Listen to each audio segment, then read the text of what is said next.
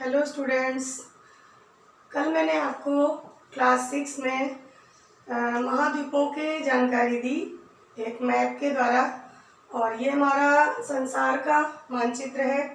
और इसके द्वारा कल मैंने आपको सभी महाद्वीपों की जानकारी दी कि कौन सा महाद्वीप कहाँ है।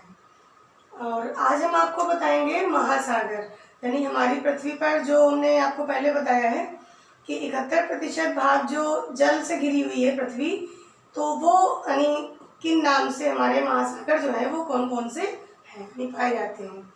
तो आज हम आपको बताएंगे। पहला हमारा महासागर है प्रशांत महासागर। ये विश्व का सबसे गहरा महासागर है और बड़ा भी है। प्रशांत महासागर है और इसका इधर भी भाग है प्रशांत महासागर। ये दो नहीं है, बच्चे कंफ्यूज हो जाते हैं कि ये एक प्रशांत महासागर और ये दूसरा नहीं, ये एक ही है, क्योंकि हमारी पृथ्वी गोल है। और जब हम ये मानचित्र अपना बनाए हैं, जो हमारा ये वर्ल्ड का पूरा मानचित्र है, और इसको जब हम राउंड कर देंगे तो ये और ये दोनों हिस्से मिल जाएंगे, तो ये एक ही महासागर है, ये दो नहीं है। तो ये कंफ्यूजन में ना रहे कि ये दो हैं, ये एक महासागर है और सबसे बड़ा महासागर है। और अगला हमारा है अटलांटिक महासागर,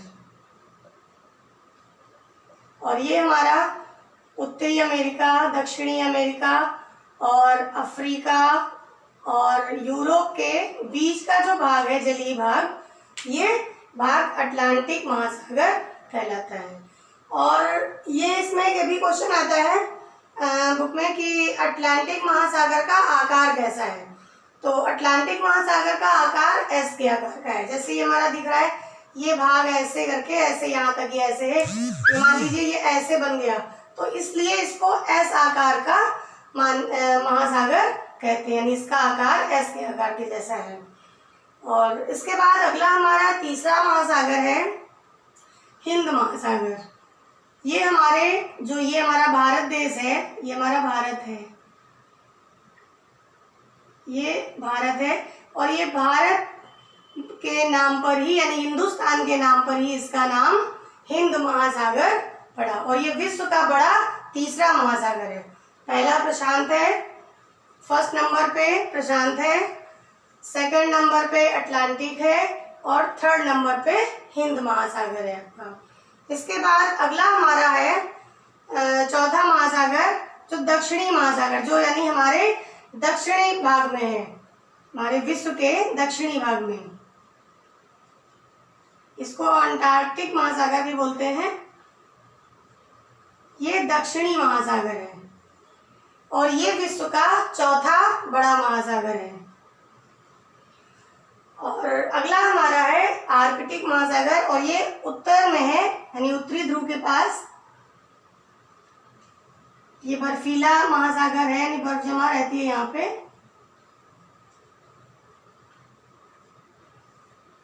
ये हमारा हो गया पांचवा। तो हमारे 5 महासागर पाए जाते हैं पृथ्वी पर: प्रशांत महासागर, अटलांटिक महासागर, हिंद महासागर, दक्षिणी महासागर और आर्कटिक महासागर। तो ये 5 महासागर हैं, और ये हमारी पृथ्वी पर हमारा एक जलचक्र भी बनाते हैं। जैसे कि महासागरों के द्वारा ही, यानी जो जल वाष्पित होकर ऊपर जाता है वायुमंडल में, और वो वर्षा करते हैं, और वर्षा करके फिर से नदियों में आते हैं। जो भी पानी बारिश के द्वारा, वर्षा के द्वारा आता है, वो नदियों में आता है, और नदियों से बहकर ये फिर महासागर में आके मिल जाते हैं। तो इस तरह ये, इसको हम एक चक्रण भी कह सकते हैं, यानी ये जल चक्र भी कहलाता है। और इसमें जो हमारा महासागरों का पानी है, और ये लवण इसमें घुला रहता है, यानी ये नमकीन खारा पानी होता है, जिसमें मैग्नीशियम, पोटेशियम, कुछ लवण पदार्थ जैसे घुले रहते हैं।